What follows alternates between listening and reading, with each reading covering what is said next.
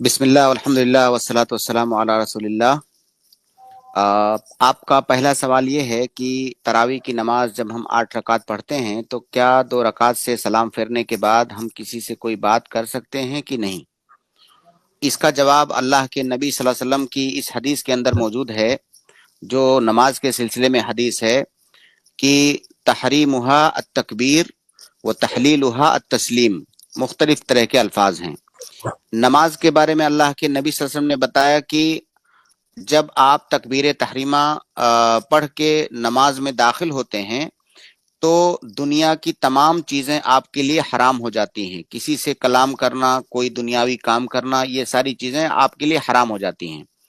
اور جب آپ سلام پھیرتے ہیں تو سلام پھیرتے ہی وہ ساری چیزیں جو حرام ہو گئی تھیں وہ آپ کے لیے حلال ہو جاتی ہیں، اسی لیے کہا وہ تحلیلھا التسلیم، سلام پھیرنے سے وہ چیزیں حلال ہو جاتی ہیں۔